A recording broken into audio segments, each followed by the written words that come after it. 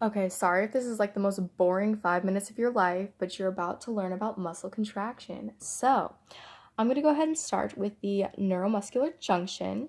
So, basically, what happens is action potential, which is this right here, travels across the calcium channels, and this basically makes the calcium channel permeable, so the calcium is able to move through the channel and into the presynaptic terminal, which is this area. And the calcium then triggers the vesicles to release neurotransmitters. So these are the vesicles, and the little dots you see are the neurotransmitters. And the neurotransmitters then go into the synaptic clefts. And okay, so this area is the synaptic clefts, and the neurotransmitters then binds to these channels.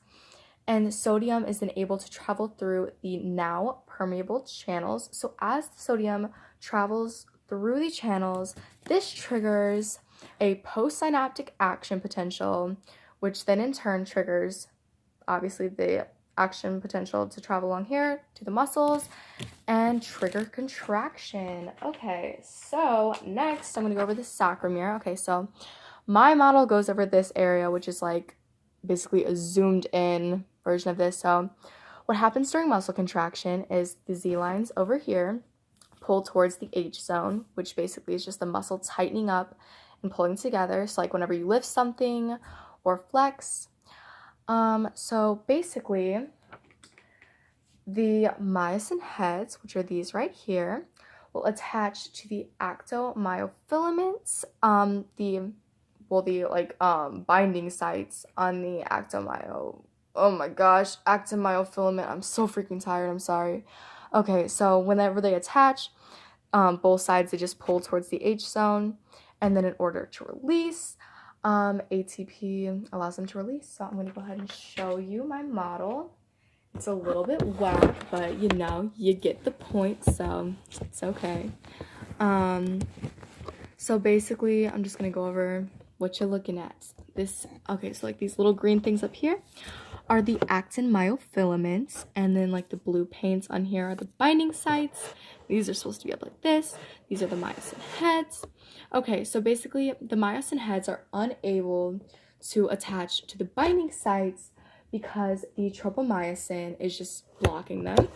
So the troponin on the actin myofilaments, so this is like here, when calcium binds with this, it moves the tropomyosin like out of the way. So the myosin heads are able to attach to the binding sites, and it doesn't completely detach, but it like just moves out of the way. But I'm just gonna detach it, like you get the point. So basically the tropomyosin just move out of the way, and that allows the myosin heads to attach to the binding sites. Hang on.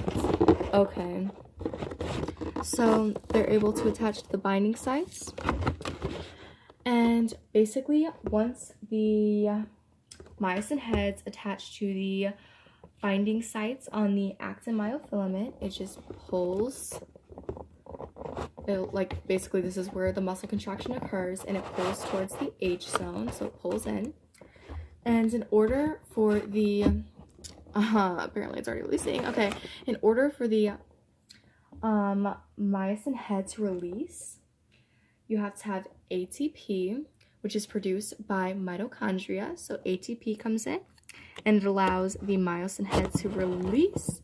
So this is why during, like, after you die, rigor mortis, where like all your muscles lock up, you're like dead. So your body, like your mitochondria, no longer produce ATP. So your muscles are unable, like once they're already contracted, they're unable to release. So your body becomes rigid. So that's all. Bye. Oh my gosh, it won't work.